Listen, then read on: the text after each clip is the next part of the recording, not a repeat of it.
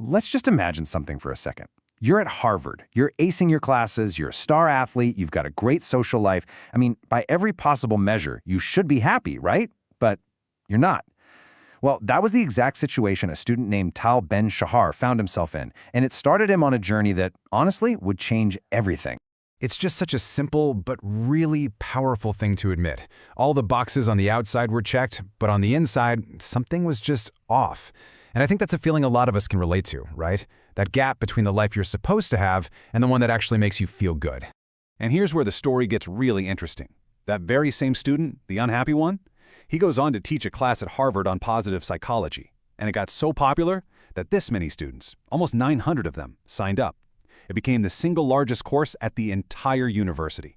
Get this, it was even bigger than the introductory economics class.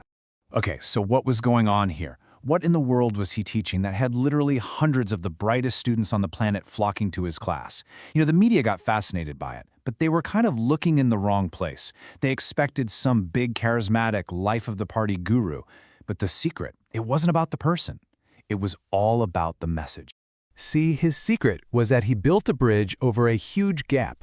On one side, you've got the whole self-help world. It's easy to get into, it's popular, but a lot of it, well, it doesn't have much real science behind it. Then, way over on the other side, you have academia, just full of serious, rigorous research, but is often locked away in these dense papers that are almost impossible to read. Positive psychology builds a bridge right down the middle, bringing all that scientific rigor into the real world in a way that we can actually use. So let's dive into some of the greatest hits from this field. The first one, and you could argue it's the most important one, is this simple but kind of radical idea. Just giving ourselves permission to be human. And this point gets so clear when you think about it like this. Who are the only two types of people in the world who don't experience painful emotions? Things like sadness or anxiety or jealousy. Well, that would be psychopaths and the dead. So if you're feeling those things, congratulations. That means you're alive and you're not a psychopath. That's pretty good news. So why is trying to fight these feelings such a terrible idea? Okay, let's try a quick experiment right now. For the next, say, 10 seconds, whatever you do, do not think of a pink elephant. Right. A giant bright pink elephant probably just paraded right through your mind, didn't it? This is a real psychological thing called ironic processing. When we try to push a thought or an emotion away, it just comes back even stronger. And this is the really crucial part. When we reject those painful emotions, they don't just vanish, they actually get stronger. It's like our emotions, the good and the bad, all flow through the exact same pipeline. If you try to build a dam to block out the sadness, you accidentally end up blocking your ability to feel joy too. Ben-Shahar has this brilliant analogy for this. Just imagine waking up one morning and announcing to the world, "That's it, I refuse to accept the law of gravity today." It sounds completely absurd, right? We accept physical laws like gravity as just a fact of life, even if we don't always love them. Which leads to this really powerful question. Painful emotions are just as much a part of our nature as gravity is a part of physics. So, why do we spend so much energy fighting our own internal reality? The real foundation of a happy life starts with unconditionally accepting our entire range of emotions. And that idea of acceptance leads us right into our next greatest hit, which tackles something we're all dealing with: stress. We all feel completely overwhelmed, but the research shows we might be thinking about the problem all wrong. I mean, the scale of this is just staggering. A national survey found that 80% of college students feel overwhelmed. And even more shocking, 45% said they felt so depressed it was hard to even function. And this isn't just about college kids, it's a reflection of our whole culture, where we're just constantly trying to do more and more and more in less time. And this is where the paradox comes in. The enemy isn't the stress itself. Actually, some stress is good for us. Think about lifting weights at the gym. You are literally stressing your muscles. But that stress is exactly what makes them grow stronger. The problem only starts when there's no time to recover afterward. So the secret isn't to get rid of all stress. It's to build recovery into our routines. And we really need it on 3 different levels. We need micro-level recovery, a simple 15-minute break. We need meso-level, like getting a good night's sleep or taking a full day off. And we need macro-level recovery, like taking a real vacation where you actually unplug.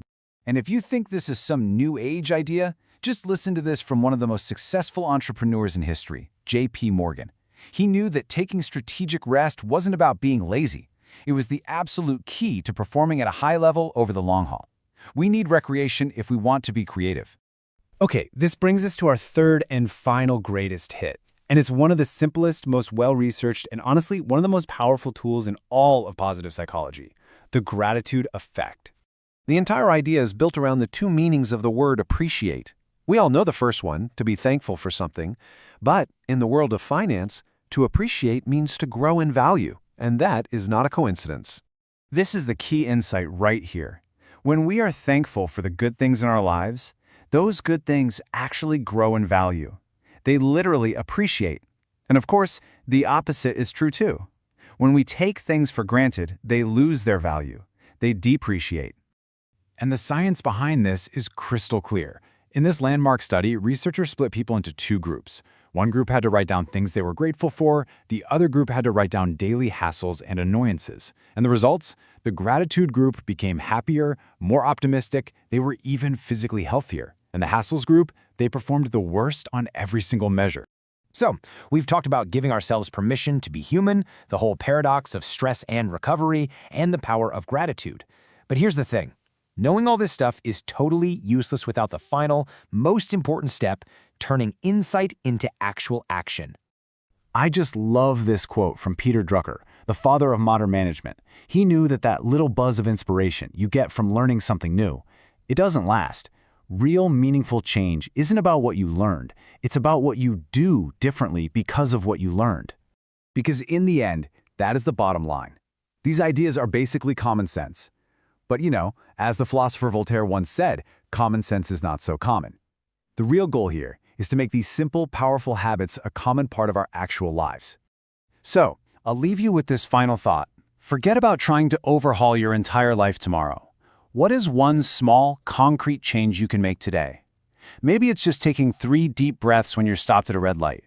Or maybe it's writing down 3 things you're grateful for before you go to sleep. The science is there.